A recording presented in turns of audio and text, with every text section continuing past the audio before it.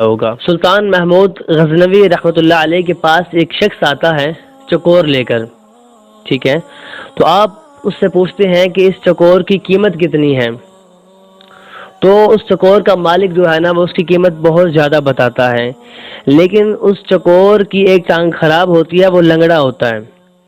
تو سلطان محمود غزنوی رحمۃ اللہ علیہ اس سے پوچھتے ہیں کہ یہ چکور لنگڑا ہے، اس کی ایک ٹانگ خراب بھی ہے، لیکن اس کے باوجود اس کی قیمت اتنی زیادہ کیوں ہے؟ تو وہ کہتا ہے کہ سرکار اس کے اور بھی بہت سارے فائدے ہیں۔ پوچھا کون سے فائدے ہیں؟ اس نے کہا کہ جب میں شکار پہ جاتا ہوں، شکار کرنے کے لیے جاتا ہوں، تو یہ بہت سارے نئے انداز کے ساتھ سریلی آوازیں نکالتا ہے، جو اور چکور ہیں وہ اس کی آوازیں سن کر پاس آ جاتے ہیں اس کے۔ میں موقع کا فائدہ اٹھا کر جتنے بھی چکور اس کے قریب بیٹھتے ہیں میں سب کو شکار کر لیتا ہوں، تو لہٰذا یہ میری روزی کا سبب بنتا ہے۔ ابھی وہ بات کر رہا تھا کہ سلطان محمود غزنوی نے اسے ٹوک دیا، کہا خاموش ہو جاؤ بس۔ پھر کچھ دیر سلطان محمود غزنوی نے سوچا، سوچنے کے بعد اس کے مالک کو منہ مانگی رقم ادا کر دی۔ رقم ادا کرنے کے بعد سلطان محمود غزنوی نے چھری منگوائی اور اس کے مالک کے سامنے اس چکور کی گردن کاٹ دی۔ اب چکور کا مالک بڑا حیران تھا، کہا کہ سلطان محمود غزنوی یہ کیا آپ نے؟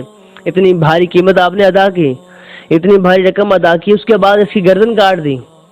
تو سلطان نے بڑا ایسا تاریخی جملہ بولا جو ایک دفعہ انسان کو ہلا کے رکھ دیتا ہے۔ آپ نے کہا جو غیروں کی دلالی کرتا ہے، اپنے کو جال میں پھنسا کر شکار کرواتا ہے، تو اس کا یہی انجام ہونا چاہیے، اس کا یہی حال ہونا چاہیے، اس کا یہی انجام کیا جائے کہ اس کی گردن کاٹی جائے۔